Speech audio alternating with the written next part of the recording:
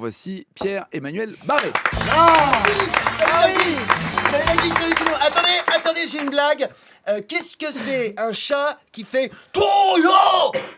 Un japonais. C'est un chamouraï. Pas loin. C'était pas loin, profitez-en bien. C'est la dernière blague que vous entendrez. Oh non. C'est la guerre, Nagui, c'est la guerre. Tout est fini, on va tous crever. La Corée du Nord vient de lancer 4 missiles pour s'entraîner à frapper les bases militaires américaines. Alors, moi je m'en fous, hein, j'aime pas les Américains, ils sont gros, rouges et cons, on dirait plein de Gérard Larcher.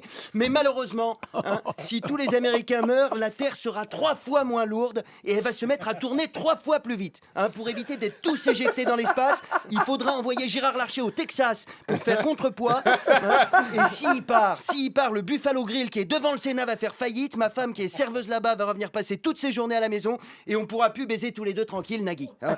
Je suis meurtri, je suis dégoûté, moi qui aimais tant enlever un à un ces petits grains de couscous coincés dans mon urètre.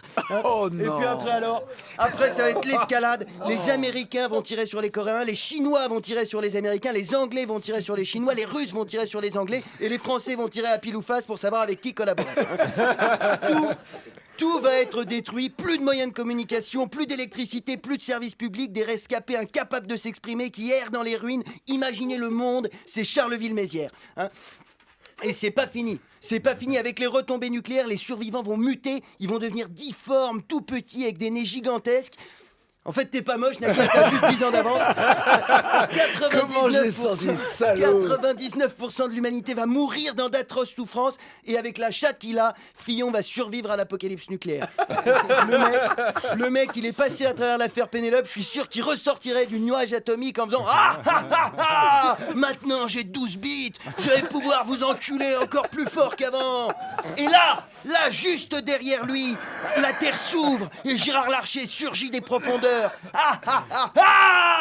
J'ai été maire pendant 28 ans, sénateur pendant 29 ans. J'ai survécu à 57 ans d'emploi fictif aux frais du contribuable. La dernière fois que j'ai été utile, c'est quand j'ai fait perdre 80 kilos à ma mère en naissant. Et là, juste au moment où la droite va prendre le pouvoir sur ce monde post-apocalyptique, Emmanuel Macron surgit des ruines. Et là, juste au moment où la droite va prendre le pouvoir sur ce monde post-apocalyptique, Benoît Hamon surgit des ruines. Et là, juste au moment où la droite va prendre le pouvoir sur ce monde post-apocalyptique, il y a un petit Nagui qui surgit des ruines. Excusez-moi de vous interrompre, mais tout à l'heure, il y a quelqu'un qui parlait de 12 bits. Si ça tient toujours, on est chaud. Hein. Alors, Mais dis donc. pour éviter... Mais tu vas te calmer, toi. Pour éviter l'extinction... Une vanne, ça va. Deux, non. Pour éviter, Nagui, l'extinction de l'espèce humaine et son remplacement par des fils de pute mutants et des mini-animateurs télé-nymphomanes, il est temps d'agir. Il est temps d'agir. La place dans les abris anti-atomiques étant limitée, on ne peut pas sauver tout le monde. Hein, il faut donc... C'était Nagui qui me frappe. On note pour mon licenciement. La place dans les abris anti-atomiques étant limitée, on ne peut pas sauver tout le monde. Il faut donc sélectionner les futurs survivants selon leur utilité.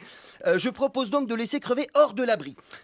Les candidats à la présidentielle, Pierre Gattaz, les gens qui sont tristes que les candidats à la présidentielle et Pierre Gattaz ne soient pas dans l'abri, les gens qui pensent que c'était mieux avant, les gens qui croient que ce sera mieux après, les gens qui ont qu'un prénom comme nom parce qu'ils sont très dangereux, Jennifer, Arthur, Raël, les gens qui ont 2 prénoms comme nom parce qu'ils sont encore plus dangereux, Guy Georges, Patrick Henry, Patrick Sébastien, les gens qui disent il y a que la vérité qui blesse, les gens qui appellent la police parce qu'on leur a étalé du caca dans l'œil quand ils ont dit il y a que la vérité qui blesse,